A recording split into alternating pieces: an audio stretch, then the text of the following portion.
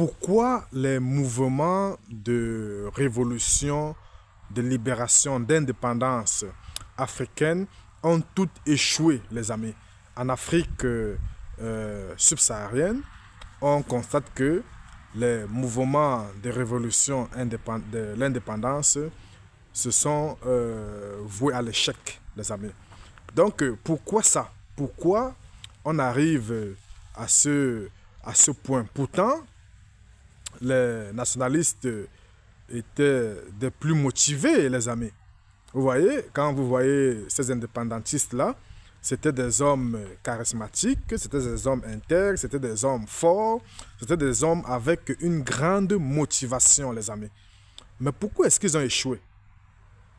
De la RDC avec les Lumumba, par exemple, qui ont échoué, en passant par le Cameroun avec l'UPC, donc l'Union des populations du Cameroun, dont Umnyobe, Ernest Wandje, le docteur Félix Roland Moumié, voilà, ont été tous décimés, vous voyez un peu. Mais qu'est-ce qui n'a pas marché? Qu'est-ce qui n'a pas marché pour eux, les amis? Pourtant, du côté de l'Algérie, du Maghreb, voilà, surtout de l'Afrique, il y a eu un grand succès. Vous voyez que l'Algérie a pu battre la France, les amis. L'Algérie a pu battre la France et s'est libérée. Mais pourquoi du côté de l'Afrique, voilà, il n'y a pas eu libération? Vous savez, les pays africains ne sont pas souverains. Voilà, jusqu'à nos jours, 2025, nous sommes encore des États coloniaux, des enclos coloniaux, les amis. Vous voyez un peu, sous domination de la France et du Royaume-Uni, les amis, il faut le dire. On n'a pas d'indépendance, les amis. Mais qu'est-ce qui n'a pas marché? Et nous allons analyser ça. Donc, je vais donner ma part d'analyse et dans les commentaires aussi, vous allez donner les vôtres, les amis. Bon, je vais prendre ici deux cas, l'Algérie et le Cameroun, par exemple. Vous voyez un peu. Et aussi, je vais parler aussi également de d'autres pays tels que la RDC avec les Lumumba. Vous voyez que l'Algérie a réussi, le Cameroun a échoué. Vous voyez? Pourquoi le Cameroun a échoué? Parce que les indépendantistes camerounais se confiaient d'abord à l'Église, aux prêtres. Vous voyez, parce qu'ils ont reçu l'éducation catholique. Parce que c'était ça. Tout le monde qui partait à l'école en Afrique, voilà, passait par des catholiques, c'était des missionnaires qui étaient des détenteurs des écoles en Afrique, vous voyez un peu. Donc, ils avaient d'abord un lavage de cerveau à ce niveau. Mais, ils se confiaient à ces prêtres, voilà, et ces prêtres partaient trahir, partaient vendre les informations. Vous voyez? Il y a eu un prêtre camerounais au nom de Monseigneur Albert Ndokmo, voilà, qui jouait double jeu, par exemple, avec Ernest Wandje. Donc, Wandje montait les plans, tissait des plans avec lui, et il s'avère que lui, il partait vendre l'information, les amis, il faisait fuiter l'information, et il jouait double jeu. Mais quand Wandje s'est rendu compte de ça, Wandje a abandonné le combat, elle s'est rendue. On l'a fusillé à Bafoussam dans les années 70, les amis. Vous voyez que, voilà, parce qu'il s'est confié et naïvement à des prêtres. Voilà. Sans savoir que les prêtres sont là pour... ils ont été créés, la mission catholique a été créée par des impérialistes français, par Colbert précisément, voilà, pour venir récolter les informations, transformer les cerveaux des Africains, les rendre dociles. Vous voyez un peu. Voilà, ça c'est le premier point. Le rôle de l'Église catholique dans la chute des mouvements indépendantistes camerounais. Vous voyez? Autre chose que les indépendantistes n'avaient pas, c'était qu'ils n'avaient pas des armes sophistiquées pour pouvoir combattre les Français, les impérialistes français, qui n'étaient pas seuls. Il y avait les Anglais, il y avait les Danois derrière eux, vous voyez un peu, parce qu'ils n'agissent pas seuls. Vous voyez? Donc, ils n'avaient pas des armes assez sophistiquées pour pouvoir les combattre. Voilà. Pourtant, l'Algérie, avec des armes sophistiquées, pour pouvoir combattre efficacement les Français. Ça a eu un plein succès, les amis. Et l'Algérie a eu son indépendance, voilà, en battant la France. Vous voyez que l'Algérie s'est appuyée sur l'ex-URSS, ce qu'on appelle la Russie aujourd'hui. Dans l'ex-URSS, c'était l'Union soviétique.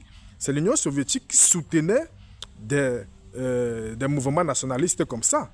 Vous voyez que l'Union soviétique s'est rapprochée également des indépendantistes camerounais et congolais comme Lumumba pour leur proposer de s'allier à eux. Voilà, pour qu'ils puissent leur fournir des armes, les amis. Mais sauf que il y a eu une guerre médiatique. On a les Français avec les médias ont commencé à soupçonner, à dire que dans les médias que voilà, les Oumniobé, les Patrice Lumumba et consorts veulent se rapprocher de la Russie, donc veulent prendre des nouveaux impérialistes, les amis, au lieu de faire la libération, le mouvement de libération dont ils en ont la charge. On les a dit que non, vous voulez nous chasser pour prendre un nouveau maître qu'est la Russie. Et c'est pour cela que les Ernest Ouandji, les Oumniobé et consorts, et même les Patrice Lumumba, se sont désolidarisés de la Russie. Vous voyez un peu. Et se sont plutôt alliés, les amis. Ils sont plutôt alliés, au cas du Cameroun par exemple, ils se sont alliés au Parti communiste français. Le Parti communiste français, n'étant pas au pouvoir, n'avait pas des armes pour pouvoir donner aux indépendantistes camerounais, les amis. Même chose pour Lumumba. Vous voyez un peu, qui, au lieu de ça, il devait s'associer vraiment avec la Russie, avec l'ex-URSS, qui leur tendait la main, les amis. Parce que l'URSS tendait la main à tous les nationalistes de l'époque, vous voyez. Mais ils n'ont pas ils n'ont pas accepté la main tendue de l'URSS, voilà.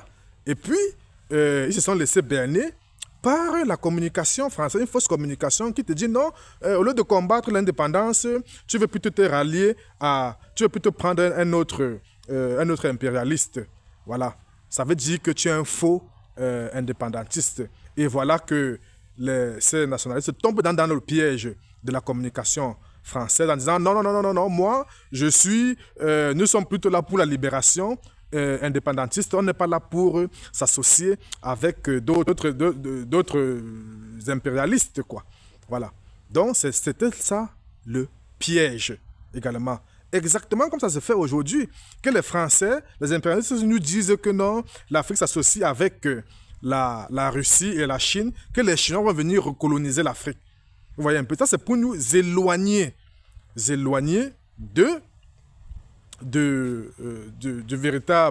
d'un allié de poids, les amis.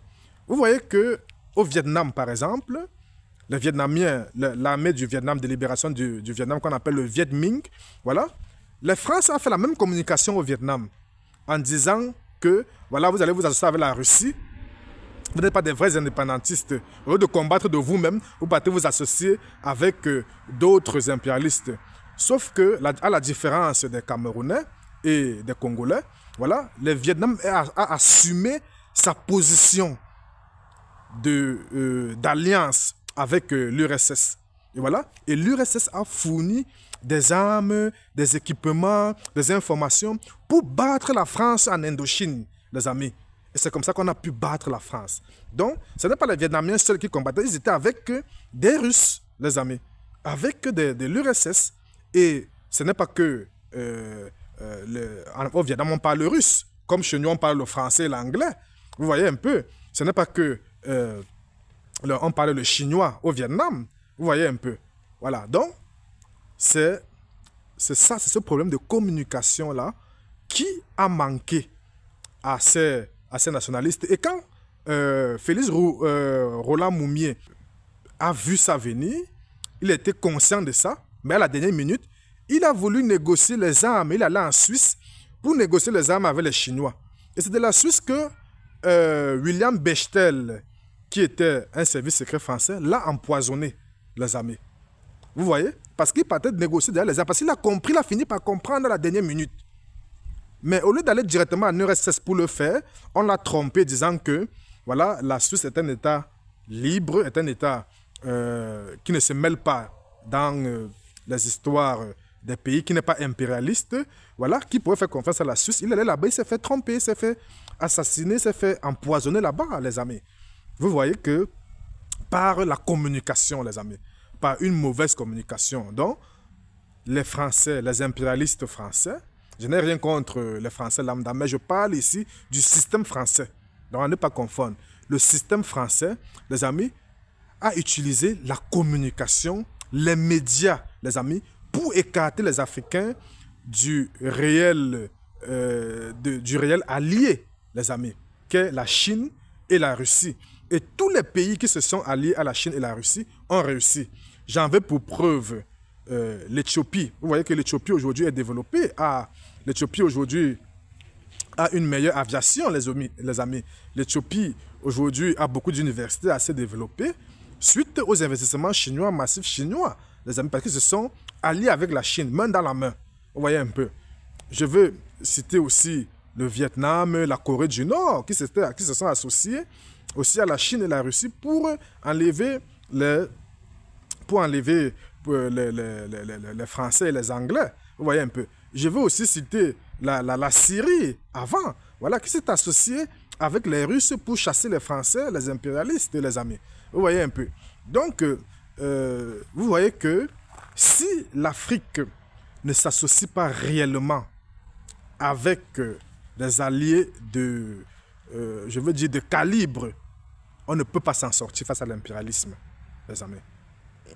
Il faut une réelle association.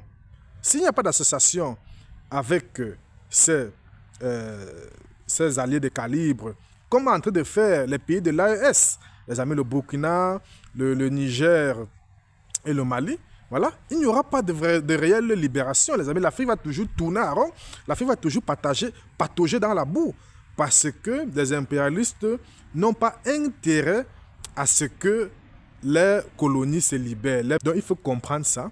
Il faut comprendre que pour s'en sortir, il faut s'associer avec la Chine et la Russie pour se libérer définitivement de l'impérialisme.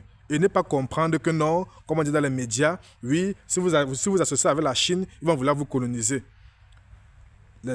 On voit aujourd'hui, en Afrique, les Français sont venus nous coloniser avec les Anglais. On a perdu nos noms. Les Africains n'ont plus leur nom, parce que c'est les noms français ou anglais. Vous voyez? Les Africains n'ont plus leur langue, parce que c'est la langue française ou anglaise. Vous voyez un peu? Les Africains n'ont plus leur teint, parce que c'est le teint français, le teint blanc qu'ils ont adopté. Donc on a tout perdu avec le colonialisme, avec la colonisation, les amis. Alors que les pays qui ont été aidés de l'impérialisme français et anglais, les amis, par la Chine et la Russie, là-bas on ne parle pas le russe. Le Cuba, par exemple, qui a été aidé par la Russie, par l'Union soviétique, on ne parle pas le russe là-bas, les amis. Vous voyez un peu, on ne parle pas, les Cubains n'ont pas de nom russe, par exemple. Vous voyez? En Éthiopie, qui est en train de se faire aider là, on ne parle pas le chinois là-bas. Vous voyez un peu?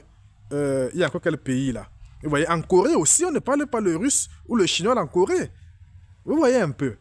Donc, le Chili et tous ces pays qui sont en train de se faire aider par la Chine aujourd'hui, là-bas, on ne parle pas le chinois. Mais pourtant, nous qui avons été colonisés par les impérialistes français et anglais, voilà, ils nous ont infiltrés jusqu'à nos langues, jusqu'à nous, on change même notre peau, les amis. Donc, vous voyez que c'est un réel problème. Il faut s'associer avec le duopole, avec le bloc russe-Chine pour pouvoir se libérer et puis accéder à l'émergence, au réel développement de l'Afrique. Sinon, on tourne à rond, les amis. Dites-moi ce que vous pensez en commentaire. Voilà, selon vous, pourquoi est-ce que les révolutions africaines ont échoué? Je vous entends en commentaire. Portez-vous bien.